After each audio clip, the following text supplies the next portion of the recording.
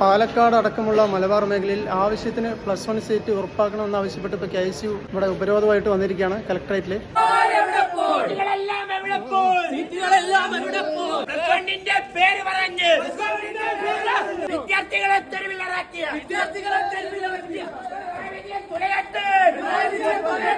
പാവപ്പെട്ട വിദ്യാർത്ഥികൾക്ക് പഠിക്കാൻ സീറ്റില്ല ഇവിടെ.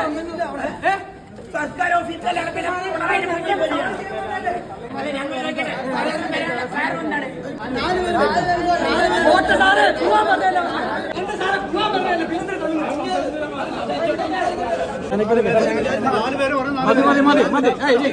മെറിറ്റിന്റെ എണ്ണം കൂട്ടി അധിക ബാച്ചുകൾ അനുവദിച്ച് ഈ കുട്ടികളെ പഠിക്കാനുള്ളൊരു സൗകര്യം ഗവൺമെന്റ് ചെയ്യണം. പക്ഷെ ഇതിൽ വേറൊരു കാര്യമുണ്ട്. ഇവിടെ 1 മുതൽ 10 വരെയാണ് ഇവിടെ നോക്കുന്നത്.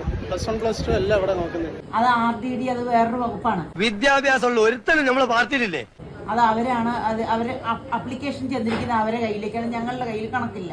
ഹോട്ടലാണെന്ന് കരുതി ഒരു ബാർബർ ഷാപ്പിൽ കയറി. ഈ വർഷം ജോയിൻ ചെയ്യാൻ പറ്റിയ ആ കുട്ടികളുടെ വിദ്യാഭ്യാസത്തിന്റെ ഫ്യൂച്ചർ എന്താണ്? അവർക്ക് +1 അഡ്മിഷൻ കിട്ടുന്നില്ല, അവരെന്ത് ചെയ്യും? പാവപ്പെട്ട കുട്ടികൾ എന്ത് ചെയ്യും? ഇനി സപ്ലിമെന്ററി അലോട്ട് എന്ന് പറയുന്നത് ഇനി ലിസ്റ്റ് എടുത്തുകൊണ്ടിരിക്കുകയാണ്.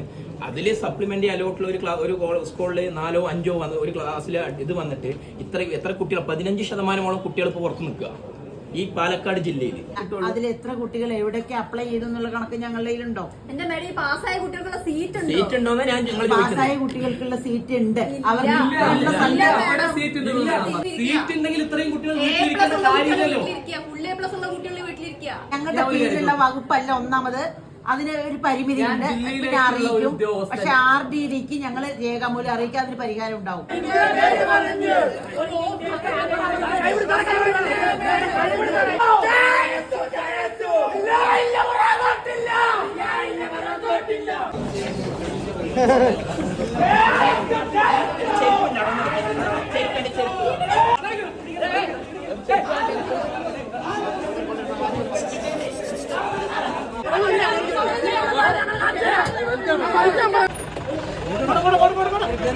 Get